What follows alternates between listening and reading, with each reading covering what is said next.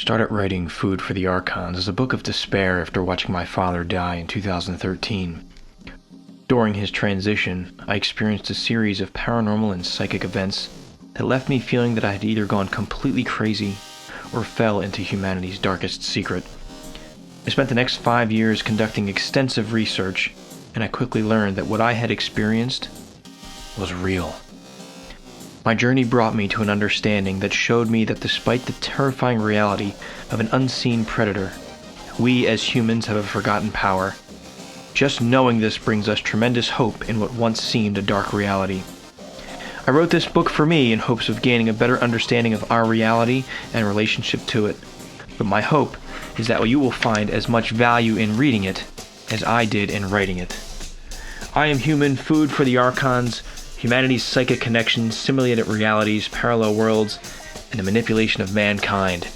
It's available on Amazon.com and at sixcentsmedia.net and wherever books are sold. I'm Dennis Nappy II, reminding you to let your intuition be your guide. Thank you.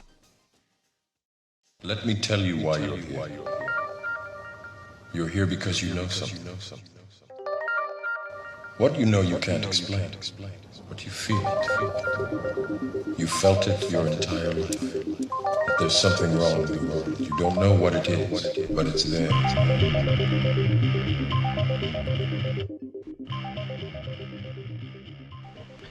The coronavirus, more lockdowns, food shortages.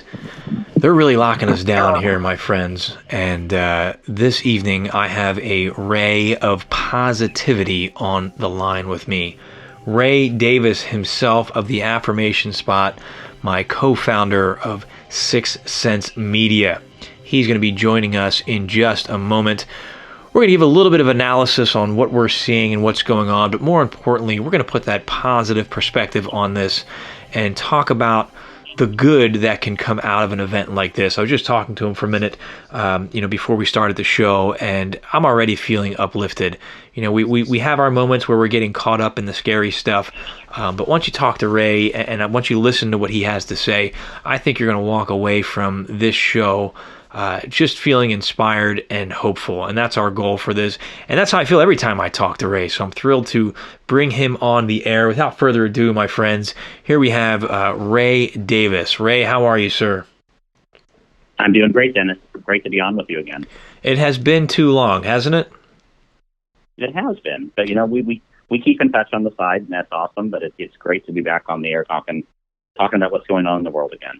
Let's see how deep the rabbit hole can go. Maybe, who knows, maybe we'll get in some really deep, funky stuff, which is always fun. See if we can connect this Absolutely. to the Anunnaki or something, right? By the way, how's your book coming, Ray? Still working on it. So book 2, as some of you know, I published the first book in 2015, Anunnaki Awakening Revelation, and the second book, Anunnaki Awakening Revolution. I've been working on it for a few years here, and I am making some progress. Got some time to work on it last weekend, and I'm excited about where it's going. But so many things going on, I get kind of sidetracked at times and don't work on it as much as I should. So that's the burden of a writer. There's always something else that comes up, especially when you're dealing with that writer's block. And I have to say, thankful for Anunnaki Awakening. That is the book that sparked our friendship and our relationship. Without that project, 6 Sense Media would not be in existence. So I'm thankful for that, and it was an incredible journey to read Anunnaki Awakening. If you haven't read it yet, and you're looking for something to read while you're home on quarantine, check it out. Is it on Kindle? Do you have an ebook version available, Ray? Yeah, there's an ebook available on Amazon or obviously the paperback. Right. But Kindle is an instant download. But yeah, I like to hold the book in my hand. But I saw my Kindle sales going up a little bit on my recent book once people started going on lockdown. So I guess they don't want to hold any paper copies in case somebody, who knows. But either way, check it out, Anunnaki Awakening, and we have the links at 6 Sense Media. You can find it on Amazon as well. So why don't you bring us up to speed, Ray, on what's new and exciting in your world? Well, we've had, 2019 was a real whirlwind for my wife and I. We, as some of your listeners may know, we were living in Massachusetts, and had been living there for about 4 years. And we started having grandchildren back here in Kansas City and made the decision early last year to move back here. And so 2019 was all about, selling the house, getting moved back across the country. We stayed in a kind of an apartment or a townhome for about 7 months while we were building a new house, and we're now in our new house, and I'm very excited about it. It's a little outside the city in Kansas City, so we're kind of out in a rural area, but we're very close to everything we need. And we built this house as our forever house. It's kind of how we're terming it. So we built it in a way that's going to hopefully serve us long term. I've got a place to write and record my videos and do other things that I'm working on. And April has her craft firm, and so those have all been really positive things. We're back among family, and that's been exciting and fun, and spending lots of time with our grandkids. And we had a little sad moment here about 2 months ago now. We lost our 16-year-old lab, and that was kind of hard because she was my constant companion every day. So I've kind of been getting used to that void, but I'm starting to get over that, and got pictures up all over my wall here I'm looking at that April made a nice thing with her crafting abilities, and just kind of using her. She was a very inspiring being to me. So I trying to draw on the strength that I think I gained from those 16 years having her on my side. Yeah, it was that's tough, and I'm so sorry about me. I know she was your companion there, and that's a tough journey to go through, dealing with that loss. And I'm sure she's still looking out for you and still there by your side, giving you guidance and support and strength when you need it. Absolutely, I can feel it. We buried the body, at least, in some land that's going to be in the family for a long time to come. So right. We'll be able to go visit anytime we want. So excited about that, too. And Ray, I have to comment, 2019, when you made the decision to move, and you moved, from Boston all the way back down to Kansas where you are to build your forever home, you guys have been settled there, for, a few months? In the new house? Yeah, we've been here since December. Okay, December. December is when news of this virus started to hit in China. Look at the timing of that move. Very true. Imagine if you were still in Boston, so far away from your family. I just think that's one of those instances where your intuition was screaming at you guys, hey, we need to go back and we need to do this now. That's just perfect timing that you are where you are right now. It really is. I've thought about that a lot over the last, few weeks here that if we were in Boston so far away and honestly, if you look at this virus, I think, if we're just looking at an honest assessment of it, where we are is a better place to be than in Boston, Mm-hmm. So, Boston's a very nice city, but there's a lot of people, and they're crowded together often, in places, right. And I know that's going to be cut down on, but, I'm glad that we're where we are. You can get, I'm sure where you are, you can get outside, you can go for walks, and be fairly isolated, right? Yeah, we're really, there's a subdivision going up here, but there's country all around us. So we have, we're definitely out in nature. I talk to my listeners all the time about letting your intuition be your guide. And I really feel that I've been feeling it a lot lately, that the situation I'm currently in, so many of the connections and relationships I've made over the past few years through my intuition has put me in the position that I'm in. And it feels, it's reassuring. It's comforting knowing that there is something that has been guiding me into this storm that we're in right now. I really feel that in my heart, that there was something that was pulling me into the position that I'm in right now, and it's an incredible feeling.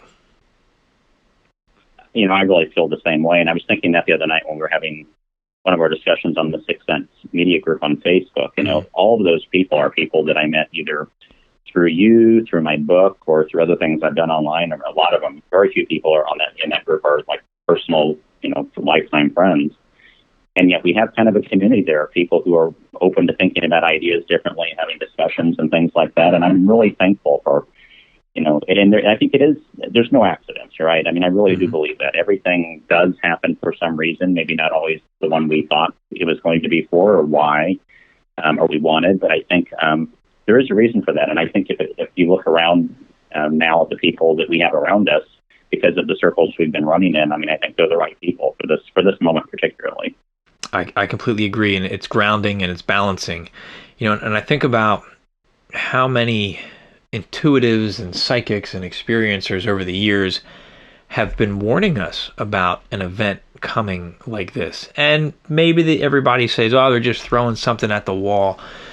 But I think that some things are so emotionally charged that they leave markers in time. And I think many of us who are sensitive to that energy, we feel it and we know that it's coming. I mean, you and I have said it on the air before. It feels like something is coming, and I can sit here and say now, this feels like the storm that I have sensed for a very long time. This feels like it. How do you feel about that, Ray? I totally agree. I think not only have psychics and seers and remote viewers and people like that been telling us this, but you really could look at the way our system has been running and realize that there was a time where the music was going to have to kind of stop a little bit, or we were going to be challenged by something. We've kind of been just cruising along. I don't know how else to say. And I don't mean that that's negative. We should obviously want the best for our lives and pursue our dreams and all that, but we've become kind of unaware, I think, of what a film layer, thin layer of film kind of civilization is on this world. And I think we're going to get a chance here in this situation, for better or worse, to remember that, everything doesn't just show up on the store shelf. There are things have to get there. People have to do things to do that. I think it's going to it's an opportunity, at least, for us to have a chance to really appreciate things more than just kind of feeling like it's always there. But I think we've seen it, like I said, from a spiritual or psychic point of view. People have been talking about this forever, and I think even people just looking at it logically were thinking at some point, we're going to have a moment where we're going to have a stop, and we're going to have to reassess. And I think that moment's here. And as you and I were talking about off the air, I think we can get into it a little bit later on. I mean, there's a couple different ways this can go, right? And I think either one is possible. So, we can get into some of that now. I mean, we were talking about, is this the big reset? I don't think it's the end of the world. I don't think it's, Armageddon apocalypse, but I do think we're facing a giant reset of not just American society, but global society. And I think there's going to be multiple stages to that. The end game, I think, is going to look very futuristic and techy. But getting there, we might go into the dark ages for a little bit, and we can take that on a thread. And believe me, I can go dark and make it a very dark, dystopian, horrifying journey as we talk tonight. But you mentioned some of the stuff that you had pulled up. You talked a little bit about Star Trek and something that our friend Kat Hobson had said. Can you recount that for a minute, because it was very uplifting? Yeah, so I've been talking about this for a while now. I've really been kind of on this idea of, why couldn't we have a Star Trek civilization? And this kind of spills over into politics that's been going on in our country a little bit. It's like, why in the 21st century do we have a civilization where everyone can't have their basic needs met when we could do that, and then have all the freedom to pursue the life we all really want to the fullest potential, and all the freedom we would want to enjoy in that. And I call it the Star Trek civilization, because if you look at the Star Trek series, that's kind of the civilization that the Federation has set up. It's a civilization where everybody has their basic needs met. That's not a debate or an argument anymore, and they've been able to do it in a way that it's cost effective. So everybody has, kind of like the needs that Maslow talked about, right? Your right. 5 basic needs that everyone needs. Everybody has those. No one has to worry about those anymore.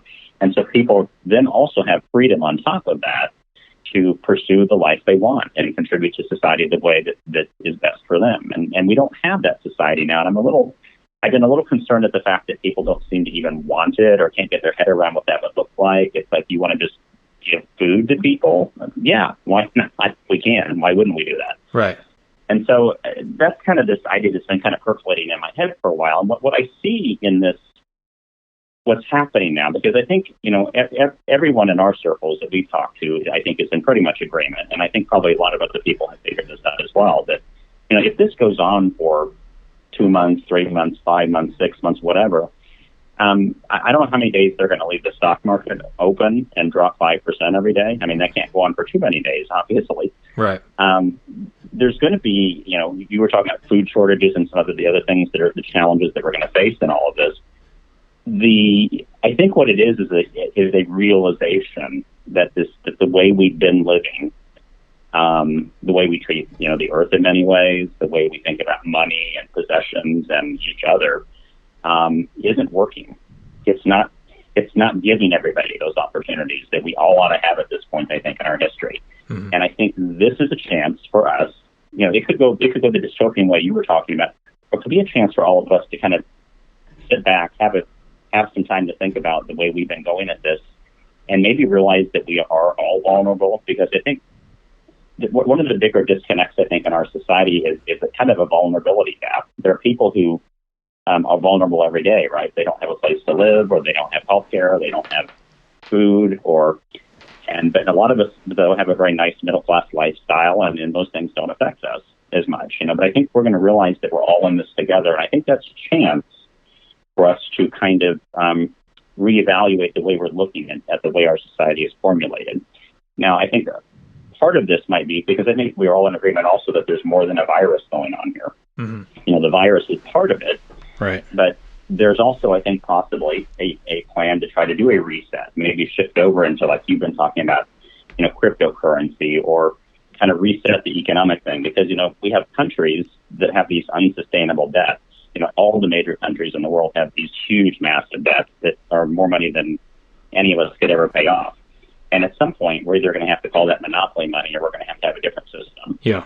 And I think they need something like this, where they've got us all locked down for some long period of time for some reason.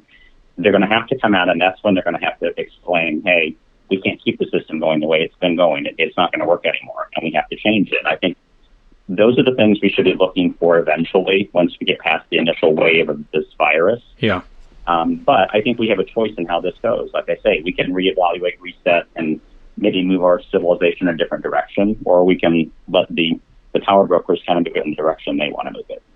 Yeah, and that's some excellent points there, Ray. And I do think that we're going to see that shift in the economy.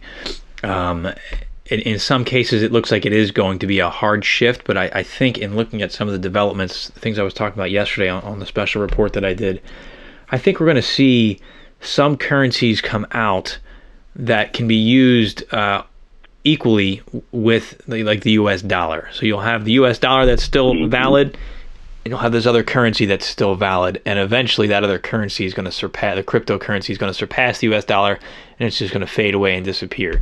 That's my hope, a best case scenario, as opposed to just saying the dollar has no value now, and now we're into the crypto market and everybody's broke, and now we got to scramble and figure this out.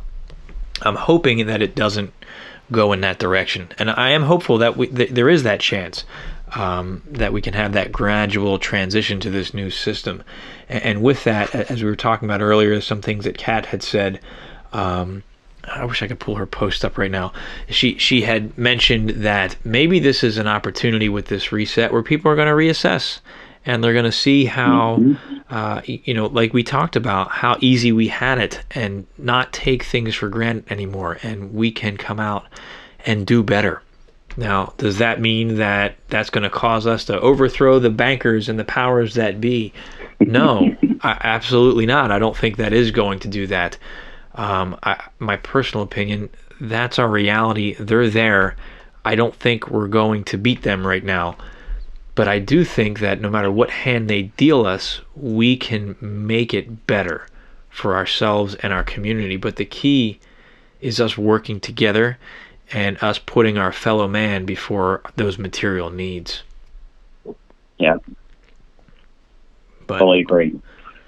It's but I am of the mindset, and I have been for a long time, that I think people's fears about that type of a system that's more equal is that we saw examples in the 20th century of systems like that where it was equal and everybody lived in squalor, right? What I am envisioning, when I'm talking about a Star Trek civilization, I'm talking about a situation where everybody lives in abundance, not in squalor.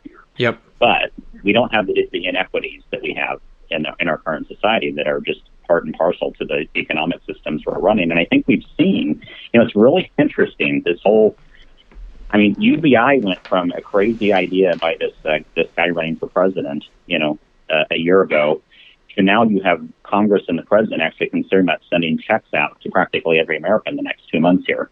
Yeah. And it's like, wow.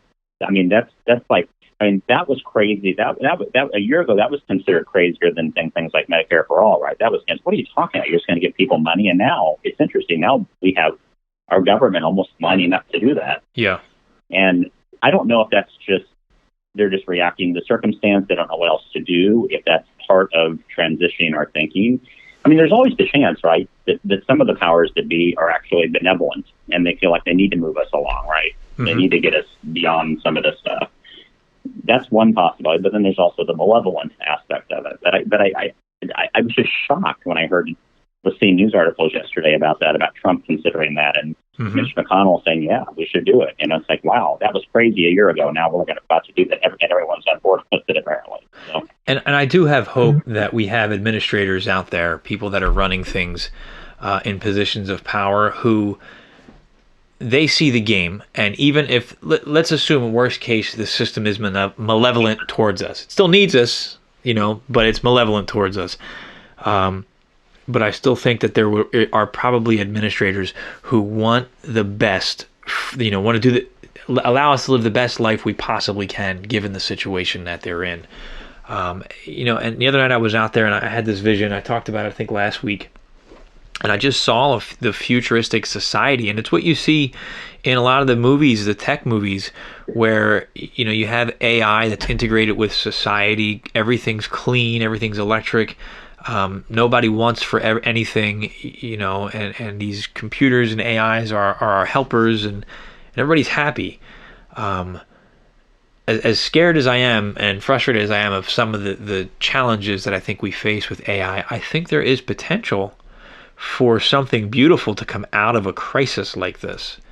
But we need to be in the right mindset. And I think there's people that are out there right now who are afraid and they're angry and they don't like authority, myself included. But I think we need to choose our actions very carefully, because the more people start to push back, the harder that authority is going to lock down on them. And I think so we need to be careful with the choices that we're making to craft that future. Yeah, I totally agree. And, I've really tried to draw a balance in some of the posts I've been doing on social media between acknowledging, because there are some people who have taken the perspective. And I will say that there was a few years, 10 years ago maybe, where I was in this mindset for a while. It's like, if it's coming from the government or the media, it's ridiculous. Right. They lie about it. I'm going to fully acknowledge they do lie to us constantly. They lie. I think I posted something that they lied us into war. They lie about what interest rates are. What inflation rates are. They lie about employment numbers. They lie about all kinds of stuff all the time. And we have a trust gap going on here too, right? There's a lot of people out there now who have been lied to so many times. It's now like anything they say, they're lying, and it must be some sort of a conspiracy. And it's like, I just had stuck in my head, Dennis, and I haven't been able to get it out. And you and I both believe in listening to those things. It's that boy that cried wolf thing. It's like, yes, the media lies a lot. They hype things up. They go for the negative. They do all of that. Some of our leaders do the same thing. But what if this virus is really legitimately a threat? And now we've cried wolf so many times, people are like, this is ridiculous. I don't believe any of this. Right. And now we're going to have a bunch of people get sick because of that, because they didn't know that the wolf was really at the door, because the media and the leaders had cried wolf so many times, right? Yeah. And that's kind of scary.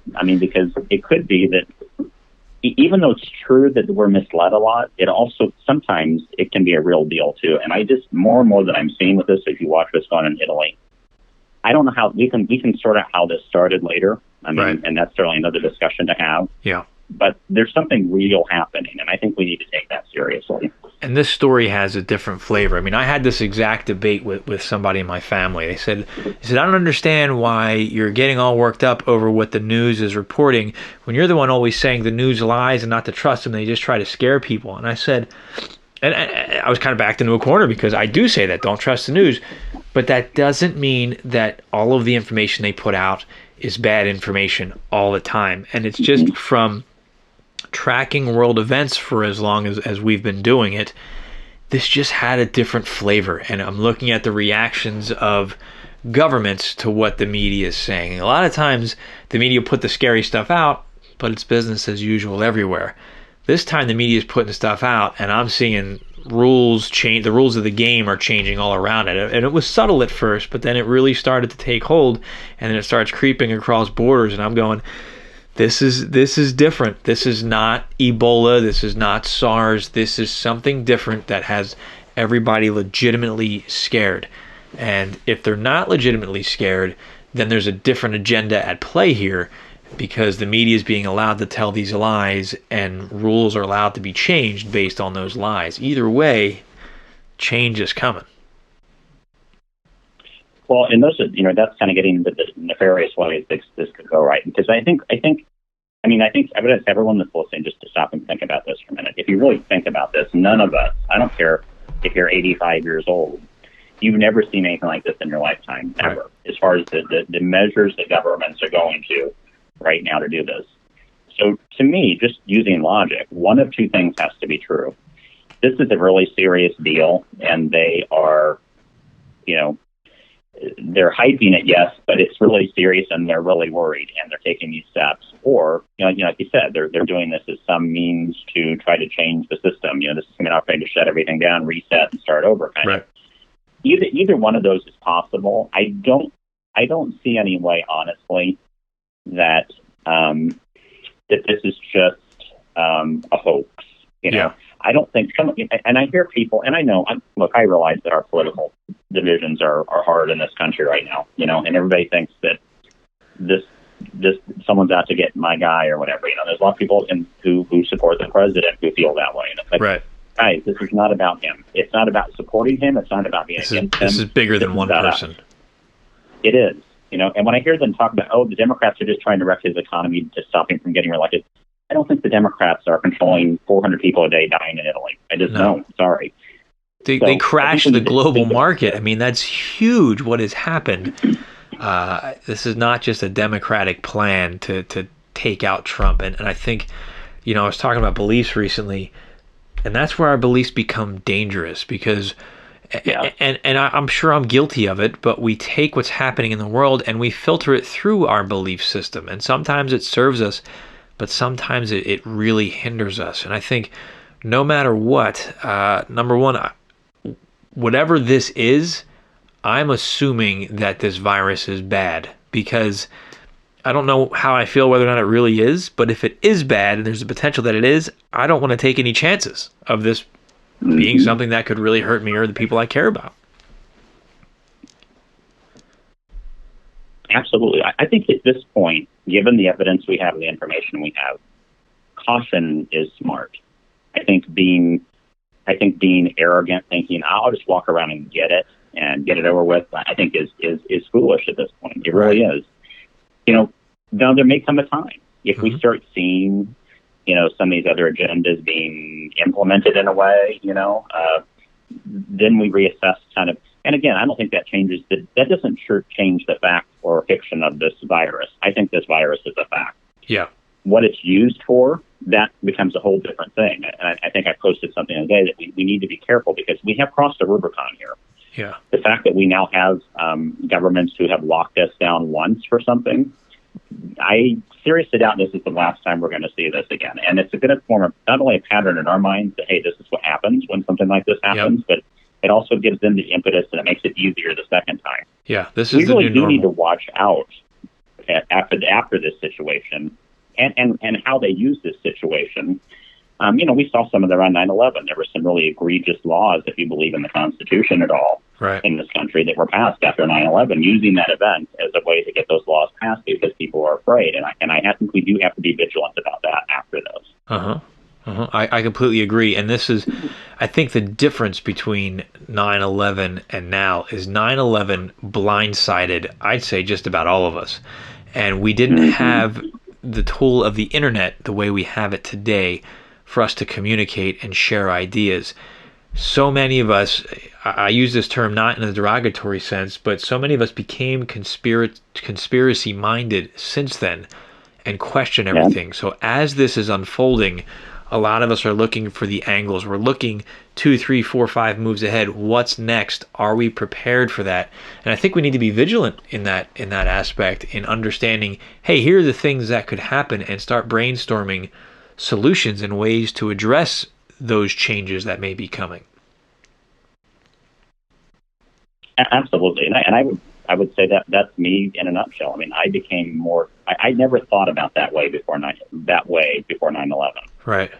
I was never in the system the way a lot of people are. They just kind of buy into it. I always was a little bit skeptical in the sense that I always kind of took a different view than most people. But I never had a sense that there were these ulterior motives at work. But I think we've had 20 years of that, and we had that event, and we've had 20 years of history now to look back on. And I think, again, you have to look at things realistically, and there's just no way to say it, but that there have been people who have used that as an opportunity to change our country to an extent already, and an event like this that's totally unprecedented, of everyone, being locked down in their houses all over the Western world for who knows how long.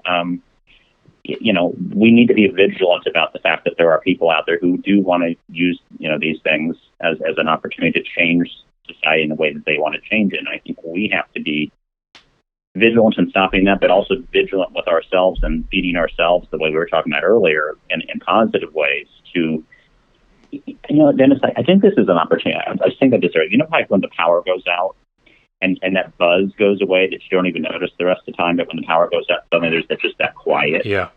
I think this is that moment. And if we take this moment to really think about where we are ourselves, where we are as a culture here in the United States, and maybe where we are as a human civilization, maybe we could have a different vision going forward of what we want. And I think this is an opportunity for all of us. It really is. I mean, there's going to be some pain in the interim here, and all of us are vulnerable to that pain, either for ourselves or people we care about. But there are good things that can come out of this if we steer this correctly.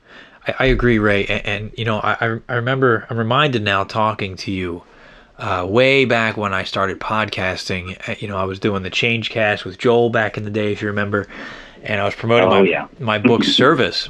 And one of the things, and I caught flack from some people for this, but one of the things I used to talk about was how to address a police officer, how to talk to a police officer with the goal of not escalating things for that police officer.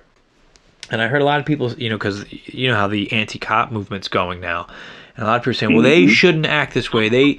And I agree. So not all cops. I mean, I worked with a lot of cops, and I was a cop, and so I see it. Some need training in de-escalation and to be more community-minded. But the point being, if you need to understand, whether you agree with it or not, the training that a police officer has and the way they will see the escalation of a situation and the way they will respond to that escalation of a situation. Now, we have a lot of people who said, I've had enough of that, and I'm going to trigger them and now start basically a war. That hasn't done any good for anybody whatsoever. People have died. It's beefed up the police reaction. It's like a hornet's nest. You poked the nest, and now you've got these, more security-minded cops that are coming out. And yeah, there's some community service stuff out there too. But my point being, in this situation here, we can go out and we can raise holy hell because we don't agree with some of these things that are going on or that may be going on. Or we can find that balance of coexistence and understand how not to poke the beast, which is then going to in turn get more aggressive and strict with all of us out there. It's that kung fu, it's that balance, it's just that ebb and flow. Don't agitate it, just find a different way around. It's the path of least resistance and keeping that peace. I know, a lot of patriots out there may disagree with that, but we need to be thinking about the long game here, not the short term. Absolutely. I think we always need to be thinking about that, but I think at this point, I think I've been trying to get people to most people own up to this a little bit if you get talking to them one-on-one. Most people don't like the way things are working, right, in a lot of different ways.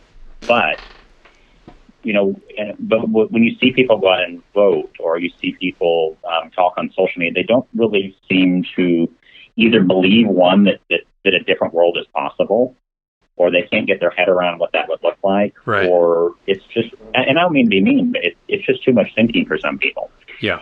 And now we've had this little upset, and we're just at the beginning of this. This isn't, we're like in the front end of this right now. This is going to go on for a while, and we're going to have an experience. We should look at it this way too. I think it's going to be an experience that none of us have ever had before, certainly. And that's always interesting just in and of itself. But it's a chance for us to understand that, hey, you know what? We can change the way things are being done. And we're going to have an opportunity to do that, because I think, if you look at the things that are changing right now, schools that have never, colleges first, Harvard, let's just use it again. And I know they have online courses at Harvard, they have for a long time, but a lot of these brick and mortar schools have said you can't get an education online. Well, now they're all going to be teaching their classes the rest of the year online. Yep. A lot of schools around the country are doing this. We're seeing more telemedicine happening. There's a lot of positive things that haven't really gotten a kickoff in the way they might have. Yeah. It could become very beneficial going forward, because we're going to learn a lot of things about how to do some things that we never had to do before. And that could be all very beneficial to us after this is over. Our society is going to take a major jump, I think, in those areas. We have the potential for that to happen. And who knows, maybe, like me, I'm a homebody. I'd prefer to be home. Maybe this will increase that industry, that availability for us to to work from home. And from what I'm seeing with things in the future, we're going to have a lot more people whose income is internet based, especially as automation. We're forgetting about the AI and automation piece that's coming online still. Mm-hmm.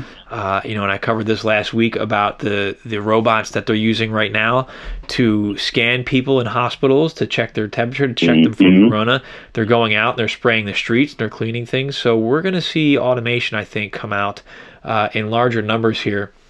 This was part of that vision that I had of the self-driving car. People need to get from point A to point B. Why put a driver in there who can infect somebody when you can have a car that cleans itself and transports you where you need to go without spreading any disease? So that's just one of my little guesses here, but I think we're going to start seeing more of that, which would create the need for more people to have their income coming through some kind of internet-based occupation. I think we're definitely going to see that.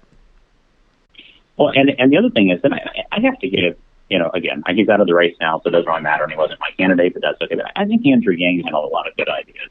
I think one of the things that he, again, brought to the discussion that I think we can't ignore now, and it's interesting, we talked about it, I think, off the air. I don't remember if we talked about it since we've been on there, but, now we have all of Washington lining up to do kind of at least a temporary UBI for most of the population, because, we have people that aren't going to be able to work. We have people that can't pay their bills, all that kind of thing, and how they do it. And it seems to me, his argument is that the AI and the machines and all of that eventually are going to take so many jobs in our society. Right. And if you really look at it, this whole debate we've had for 200 or 300 years between capitalism, communism, socialism, all these things, they're all economic systems, and they're all economic systems that one, depend on the value of human labor, and two, depend on, and really the difference among them is how the spoils of that labor are split up. That's really how you differentiate them. To me, a world where the machines, the AI starts taking a lot of jobs away from people is an opportunity for us to reorient our civilization around something besides jobs and paying bills. Right. Because human labor is going to get devalued in that. There's just no way around it. And it's going to make all of those, they're all economic systems based on that. It's going to make all of them anachronistic. And we're going to have to center human society around something else. And this is, again, where I kind of arrive with this Star Trek society thing, right? I mean, it's like, what is that something else? And I think what that something else is everyone has their basic needs met. And we spend our lives and the freedom that we have to explore who we are and contribute in the way. You know, if all I am is a poet, but I'm a great poet, and I don't have to work as a janitor all the time, and I can contribute that to society, right? Why wouldn't society benefit from that? And people say, well, no one's worried about, people are going to sit at home and play video games and do nothing. I think people will get bored with that eventually. People want to have some meaning in their lives. Correct. And they're worried that everyone else isn't going to pull their weight in a system like that. And it's like, I think these are like minds. It's not 1818 anymore. Well, this technology is coming, and I think we can mold it in a way that can benefit us. And you and I have been talking about this for 4 years now, this technology and all this stuff that's coming, and we've gone back and forth on, is it good, is it bad? And I guess what I'm saying is that if we can find a way to turn it to our advantage and make it a good thing, it could bounce human society forward a couple hundred years. Easily. And we need to get rid of these old mindsets and stop thinking so small. And what happened after the Dark Ages? We moved into what? The Renaissance. The Renaissance period. And I think we're in the Dark Ages right now, and I think we are going to have that rebirth coming out soon. And the way I see it, I look at people, and they catch a lot of flack for it, but these influencers online, people who are promoting products, they have these little, they're doing these 1-minute clips on Instagram or on YouTube or even Facebook. They're making a lot of money, and I look at that, the upsurge in people who that's what they do for a living, and they make a lot of money with that. And then I look at the cryptocurrencies that are coming online. Give me a like, and the like equates to some kind of currency being sent. As jobs go away, we're going to see more people who are getting money for that. It's going to be almost like, I wonder if it's going to be like an entertainment-based society. Find your passion, put it out there, and by interacting with people's posts and content, you're giving them money and value because, well, the machines are doing everything else. And that, I think that could have a beautiful benefit, make for maybe a happier society. I can make the argument about, well, what impact will that have on human consciousness? And what's the underlying system beneath that, which makes me very concerned. But let's keep that out of this conversation and say, hey, there are some positive things that are out there if we can navigate this accordingly. Well, it makes me think about it. And I think this political cycle, I think we've begun to see a shift, and we had some voices that we've never had before. And I think another one of those is actually someone I followed for many, many years. I've read all of her books, used to listen to her tapes all the time, is Marianne Williamson. And she was really making a strong case during her presidential run that what is the cost of stress on all of us? The cost of stress of worrying about if I get sick, what's going to happen? The stress of worrying about what happens if the factory lays me off? The stress of worrying about... Now, there are things we can all do in our lives, right, to mitigate that to some extent. We can meditate, we can pray, we can do affirmations, we can do different techniques to try to stay more positive in life. But the fact is, those threats are all very real out there, and they cause stress on people. Could you imagine? I mean, I wish everybody could just close their eyes for like 30 seconds and imagine what it would be like. Now, we're never going to get perfect, right? There's always going to be outliers and people that are problems and things like that, criminals or whatever, and lazy. But that shouldn't stop the rest of us from moving. Can you imagine a society where everybody got up every day and they were so happy and excited to get up because they were doing what they loved, and that's what they were contributing to society? Yeah. Now, some would argue that, well, you can already do that, right? Well, you can to an extent, but there are limits to that because of the financial considerations that people have in their lives. What if that wasn't a concern? What if we use this technology that's the kind of the birth of our genius in a way here, and we use that to provide those basic needs, and then we turn everybody loose to be who they are and contribute the way they want. And as long as you're contributing, you're going to have your basic needs met. If you want more than that, if you want the big house on the beach, okay, then go work for that. But no one's going to be without a house, and no one's going to be without food and those sorts of things. And we can get there. And I don't see any reason why anyone would think that was a bad idea to strive for those things. So this is really, the more I think about it, even as we're talking, this is a moment of opportunity. And I'm not trying to glorify this moment because there's a bad virus out there that we need to be concerned about. But this idea of our society kind of stopping or going to a slow roll here is a chance for us to think about what do we want to be as a society. And I want to take this. I'm going to take this on an esoteric level for a minute, Ray. And I come back to Bob Monroe's book, Far Journeys, and this is the book that fell lockstep with the work that I was doing. It's in my book, Food for the Archons, where he uncovered based on his experience, basically the function of life on this planet was to produce what was called loosh. And it was this this energy that this system that's created around us thrives off of. It's some kind of nourishment, some kind of, I don't know, maybe some kind of currency for them. And I found that through multiple sources, that does seem like a very strong possibility, that this energy is extracted from us through our emotional states. And it goes through the different levels of purity of it, depending on what kind of emotions you're feeling. But the premise of my book is that we're induced into states of fear and suffering because that pulls out a lot of loosh from us. This experience right here would be a great loosh grab, as they're going through this. But at the end of that book, he talked about, I think he said either 3,000 years into the future or somewhere into the year 3000. And he had an experience where he was actually there. He ended up in a physical body, and he encountered these two beings, these two consciousness, who he's seen throughout time, throughout history as well. And what they did was they said, hey, let's go have this experience. And they went into the body of a fish, and this fish they were getting chased by like a shark or something trying to eat it. And they went to the body of birds, and they experienced the soaring of the birds and the rush and the fear that they had.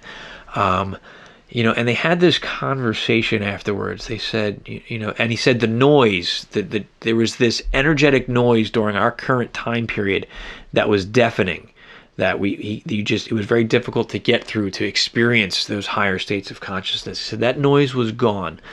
So these people were able to go into their bodies, out of their bodies, into other creatures, and have experiences. They said, we still produce loosh, but we understand why now. We understand it, and we do it willingly now. And it just sounds, what that sounds like when you look at where we're going with AI, where we're going to be merging our minds, and I'm not a fan of this right now, but we're going to be merging our minds with the cloud, with computers, with all that stuff. Are we going to get to a point where we can shed our physical bodies because we understand that process, whether that's through a technological enhancement or that's through, just natural spiritual development, and we can shift between these bodies and have these experiences and those fearful moments because we understand, well, this is an experience that feeds our system, which is actually the construct of our reality, and enjoy that process as education. I don't know, but in everything that we just said, where our society could go to, maybe that's where this is leading. Good, bad, or ugly, I'm not sure at this point, but it's a unique way to look at things. Absolutely. And I mean, it's hard, and maybe not. It depends on how you look at the world, but I'll kind of use the standard model for the moment. And we look at human beings as like the penultimate, advancement of biology on this planet. We're the top of the herd, so to speak. And we can look back in the past on this planet, and we know that forms have changed over time. And there were not always people, and there were other forms, and now we have people and that kind of thing. And biology has been the means to produce that, apparently. However, and I know this is scary, because it is scary, because there's this fear we're going to lose ourselves somehow. But who's to say that biology is the only carrier for consciousness? Right. Maybe the technology is a way for us to free our consciousness to experience more, be more, maybe benefit our existence and the existence of those around us more somehow in ways that are limited by biology.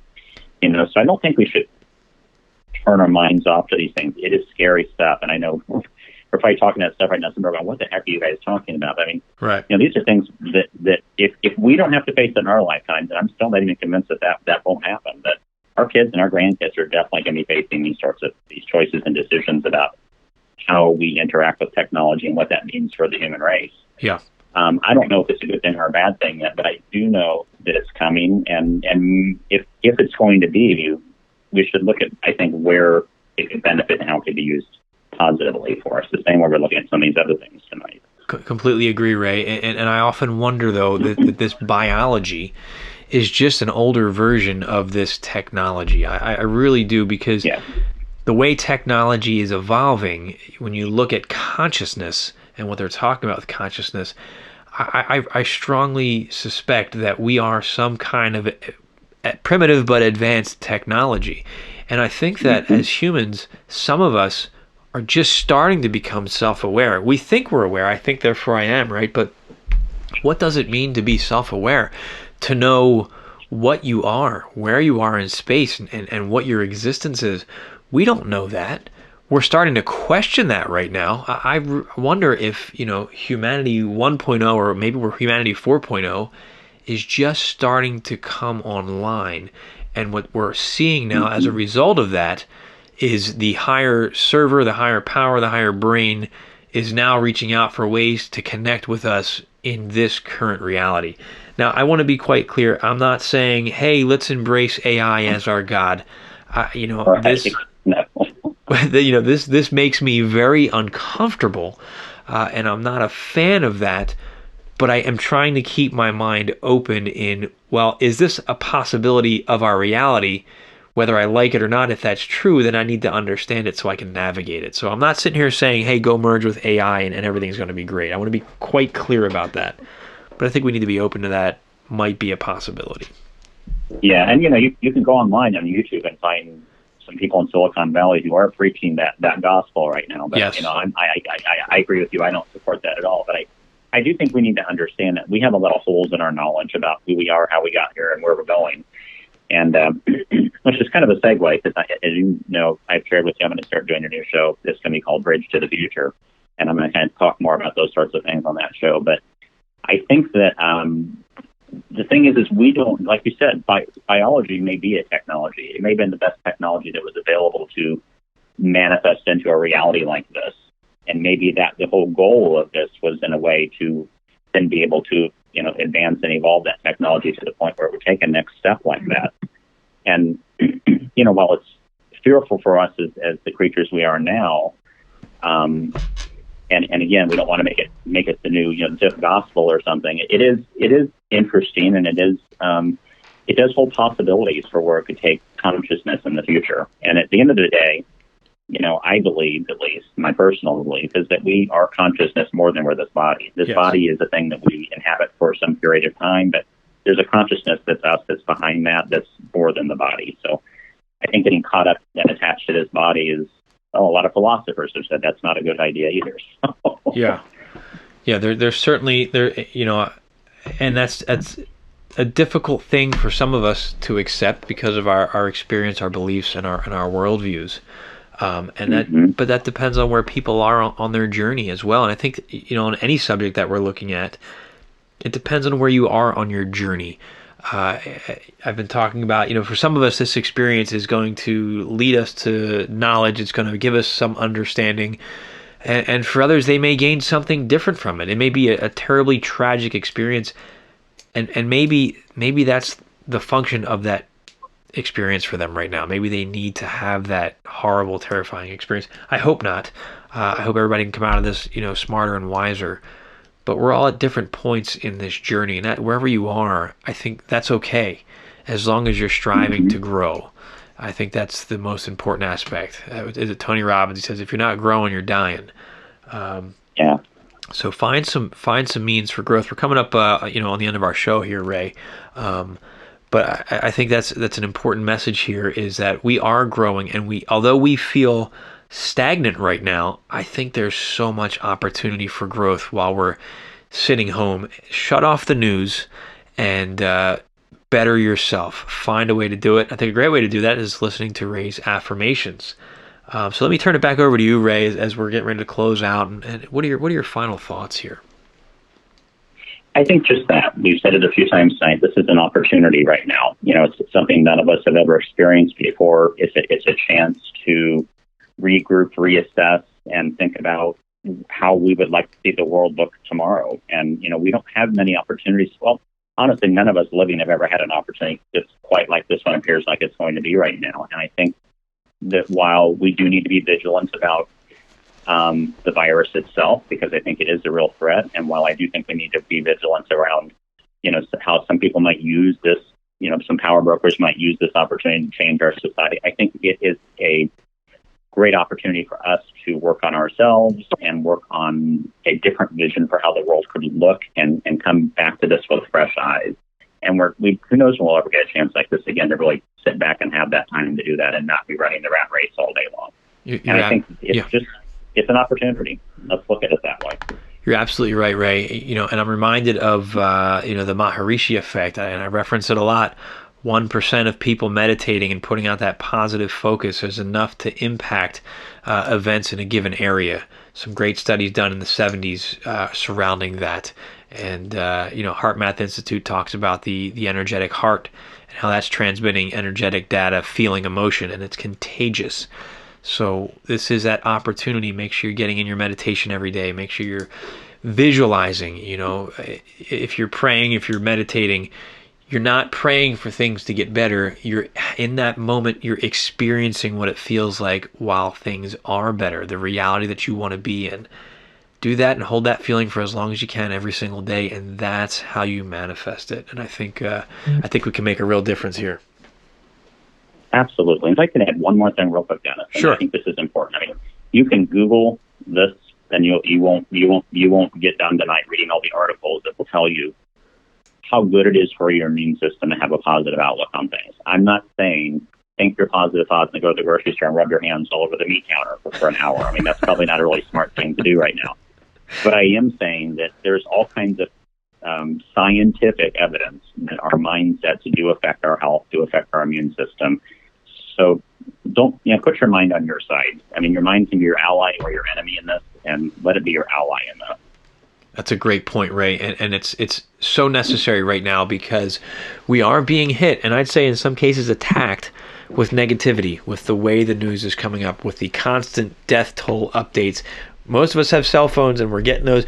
Put the cell phone away, even if it's just a couple hours a day. Shut off the news. I was telling Ray before the show, I haven't looked at the news in 2 days. I still know what's going on, but I focused on my kids. We're fortunate to live in an area where we're able to take walks and be in nature. I feel great. I feel recharged. I feel energized, and I feel positive again. That negativity was just really bringing me down. It's like that Ghostbusters 2 when you get hit with the pink slime. That negativity just consumes you. So unplug, for sure. Absolutely. And Ray, why don't you tell us real quick where they can find your content, your books? Let's recap that again real quick. Okay. Can find me on Twitter at Affirmation Spot. Facebook. You can find my Anunnaki stuff at author Ray Davis, Anunnaki Awakening, and the Affirmation stuff at the Affirmation Spot. And of course, Sixth Sense Media. We've been having some great conversations going on that platform this week. We've got our website, sixthsensemedia.net, that I'm going to start posting articles again on. I've been away from that for a while, but we're going to get that going again. And so, those are the places you can find me, and always happy to engage in conversation with thoughtful people. And those conversations are inspiring and uplifting. I'm so thankful for the community that we have now. So you can find a discussion group on Facebook. It's the Sixth Sense Media discussion group, and Ray's usually leading the charge. You've had some great polls going up this week too, and it just stimulates the conversation. And I think it gives us hope. It gives me hope. And it's a nice break from all the scary stuff that's out there. So be sure to check that out. It's great content. So Ray, I want to thank you for coming on the show and really for just being my friend throughout the years. It's always been a ray of hope for me, and helps to refocus me because I can just get so focused on that dark, scary stuff. So it's always uplifting, and I hope my listeners, walk away with the same feelings of gratitude and positivity. So check out Ray's content. It is well worth your time. Check it every day, to get that reminder that even in the darkness, we can create our own light out there. And that about does it for this episode of the Seeker Podcast.